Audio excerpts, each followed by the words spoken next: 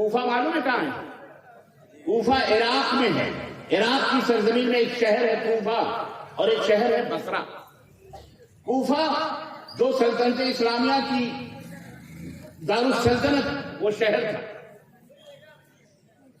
وہاں حضرت ابو ہریرہ رضی اللہ تعالیٰ تشریف لے گئے. لوگوں میں شور ہو گیا صحابی رسول آئے ہیں، صحابی رسول آئے ہیں. چاروں طرف سے جہاں جہاں آواز پہنچی وہاں سے لوگ اپنے گھروں کو چھوڑ کر مرد عورتیں سب کوفہ کی جامع مسجد میں جمع ہونے لگے. کہنے لگے صحابی رسول آئے ہیں، آج ہم ان سے حدیث رسول سنیں گے. اللہ کے نبی کی باتیں سننے کا اتنا ذوق اتنا شوق اس زمانے میں تھا. آج وہ ذوق اور شوق شیطان نے ہمارے دلوں سے چھین لیا. گانے بجانے میوزک یہ تمام سب ہم نے اپنے نوجوانوں کے دماغوں میں ڈالا ہوا ہے. استغفر اللہ. حضرت ابو ہریرہ رضی اللہ تعالیٰ عنہ مسجد میں تشریف لائے اور کہا، مجلس میں بیٹھے لوگوں نے درخواست کی کہ نبی کی حدیثیں سنائیے. حضرت ابو ہریرہ رضی اللہ تعالیٰ عنہ فرمایا، ہم نبی کی حدیث سنائیں گے لیکن ہماری ایک شرط. کہنے کا کیا شرط ہے؟ حضرت ابو ہریرہ رضی اللہ تعالیٰ عنہ فرمایا، ہماری ایک شرط یہ ہے کہ ہماری اس مجلس سے وہ بندہ باہر نکل جائے جو رشتوں اور ناتوں کو توڑنے والا ہے، کاٹنے والا، رحم کو کاٹنے والا، خونی رشتوں کو کٹ کرنے والا، وہ ہماری اس مجلس سے باہر نکل جائے تو میں آپ لوگوں کو حدیث سناؤں گا. اب مجلس بالکل سناٹے میں، سب بیٹھے ہیں خاموشی کے ساتھ. کون اٹھے؟ رہے ہوں گے بہت سارے ایسے لوگ، لیکن کون اپنی بے عزتی کروائے گا اٹھ کے کھڑا ہوا؟ بہت دیر ہو گئی. لوگوں نے بڑی سی بارش کی. کہا نہ، میں نہیں سنا سکتا نبی کی حدیث جب تک کہ وہ لوگ اس مجلس سے باہر نہ نکل جائیں جو رشتوں اور ناتوں کو کاٹنے والے. ایک نوجوان بیچارہ ہمت کر کے اور اپنے منہ کو ایسے ہی رومال سے باندھ کر چھپا کر، یہ سوچ کر کہ میری وجہ سے لوگ نبی کی احادیث سے محروم ہو جائیں گے، میں ہوں وہ شخص مجرم ہوں ضرور، تو مجھے نکل جانا چاہیے. چنانچہ وہ نوجوان مجلس سے اٹھا اور نکل کے باہر ہو. حضرت ابو ہریرہ رضی اللہ تعالیٰ عنہ نے احادیث سنانا شروع کر، لیکن وہ نوجوان سیدھے اپنے خالہ کے گھر گئے. اس کی جو خالہ جانتے ہو کس کو کہتے ہیں؟ ہاں، خالہ ماں کی بہن کو کہتے ہیں.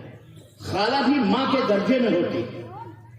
ماں کے بعد سب سے زیادہ حق اگر بچے پر کسی کا ہوتا ہے تو کس کا ہوتا ہے؟ خالہ کا ہوتا ہے. وہ سیدھے اپنے خالہ کے گھر گیا. وہ جانتا تھا کہ خالہ سے ہمارے گھر سے دشمنی چل رہی ہے، رشتے منقطع ہیں، آنا جانا بند ہے، کسی بھی بات پر روٹھے ہوئے ہیں دو خاندان، نہ ہم ان کے گھر جا رہے ہیں نہ وہ ہمارے گھر جا رہے ہیں. اور اس نوجوان نے جا کے اپنے خالہ کا دروازہ رات کو کھٹکھٹایا. خالہ نے دروازہ کھولا، حیران اور شدت. اس نے کہا، سلام کیا. کہا اب خالہ تو ماں ہے، بہرحال ماں کے درجے میں. اس نے کہا بیٹے کیسے آئے؟ کہا خالہ اماں سب سے پہلے تو ہم اس لیے آئے ہیں تاکہ ہم جو ہماری طرف سے غلطیاں ہوئی ہیں ہم ان غلطیوں کی معافی مانگنے کے لیے آئے ہیں کہ آپ ہم کو معاف کر دیں، ہمارے گھر والوں کو معاف کر دیں. خالہ نے کہا بیٹا ایسی کون سی بات ہے جو تو اتنی شدت کے ساتھ آیا ہوا ہے اور معافیاں مانگ رہا ہے؟ اس سے پہلے تو کبھی تیرے گھر سے کوئی نہیں آیا. لیکن کوئی بات نہیں، میں تجھے معاف کر دوں گی، تجھے اور تیرے گھر والوں کو بھی معاف کر دوں گی. لیکن ایسی کیا بات ہوئی کہ تو رات کے اتنے بجے میرے گھر پہ آ کے معافی مانگ رہا، وجہ کیا؟ تو اس نوجوان نے کہا صحابی رسول سیدنا ابو ہریرہ آئے ہیں کوفہ کی جامع مسجد میں اور لوگ اکٹھا ہیں اور لوگوں سے انہوں نے یہ شرط لگائی ہے کہ میری مجلس سے وہ شخص جب تک باہر نہ نکلے جو رشتوں کو کاٹنے والا ہو تب تک میں حدیث رسول نہیں سناؤں گا. تو میں چونکہ اس میں اپنے آپ کو میں نے مجرم محسوس کیا اور میری وجہ سے پوری پورے لوگ اگر حدیث رسول سن سکے تو یہ مجھ سے بڑا بدنصیب کون ہے؟ اس لیے میں آیا ہوں تاکہ آپ مجھے معاف کر دیں۔ خالہ نے کہا بیٹا کوئی بات نہیں، سر کا بوسہ لیا، کہا میں نے تجھے معاف کیا، تیرے گھر والوں کو بھی معاف کیا، لیکن میرا ایک سوال ہے۔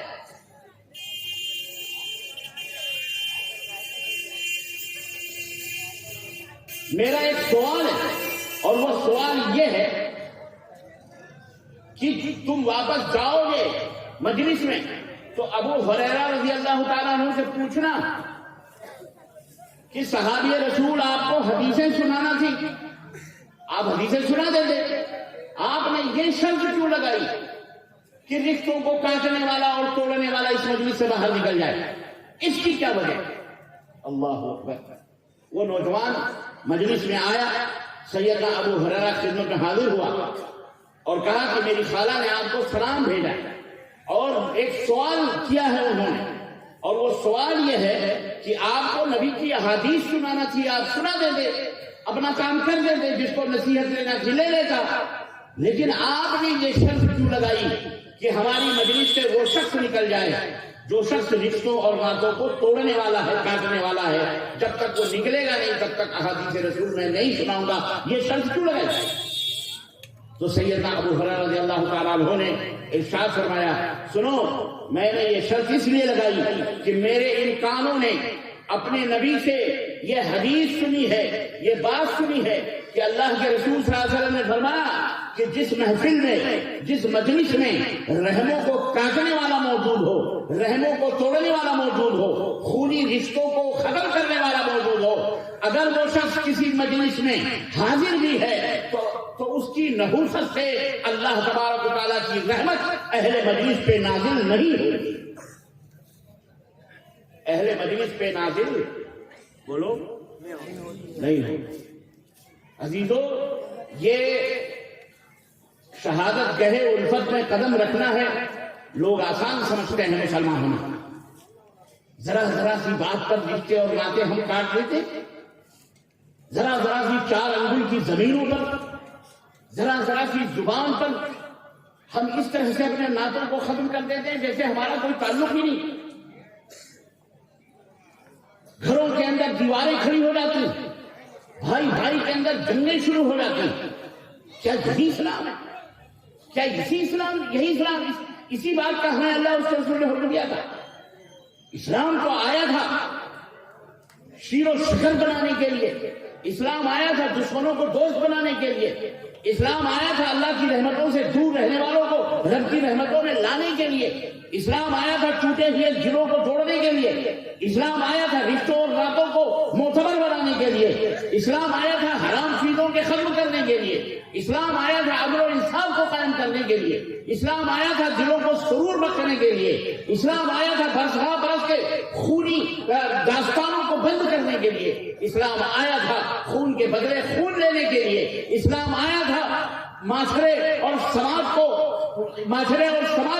اللہ والا بنانے کے لیے، اسلام آیا تھا دور دنیا سے دنیا میں گھرے اور دنیا کی لذتوں میں ڈوبے ہوئے لوگوں کو رب کے ذکر اور رب کی فکر میں ڈبانے کے لیے اسلام آیا تھا۔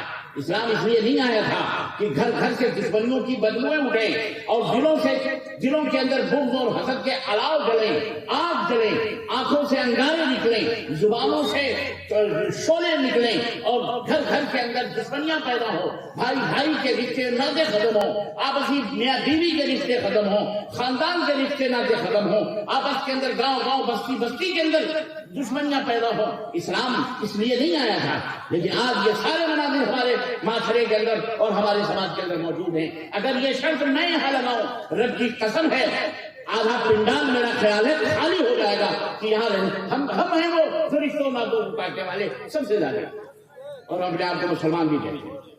عزیزان گرامی، اس اسلام کی نعمت کو سمجھانا ہے۔ آج ہم دنیا کے بیماروں کا علاج کرنے کے لیے اللہ نے ہمیں پیدا کیا۔ اسلام جو ایک دوا ہے، اسلام جو ایک نسخہ کیمیا ہے، اسلام جو اس کائنات کے لیے روشنی ہے، اسلام جو اس دنیا کے لیے ضلالت و گمراہی سے نکالنے کا ایک ذریعہ ہے، اسلام جو لوگوں کو اللہ سے قریب کرنے کا ذریعہ ہے، اسلام وہ جو جہنم سے دور کرنے کا ذریعہ ہے، اسلام وہ جو اللہ کے بھڑکتے ہوئے غضبی شعلوں کو بجھانے کا ذریعہ ہے، اسلام وہ جو جہنم سے بچنے کا ذریعہ ہے، اسلام وہ راستہ ہے جو نجات کا اور کامیابی اور فلاح اور فوز کا راستہ ہے، اسلام وہ ہے جو پوری دنیا کے اندر وحدت پیدا کرنے کا نام ہے، اسلام ملت اور قوم کو جوڑنے کا نام ہے۔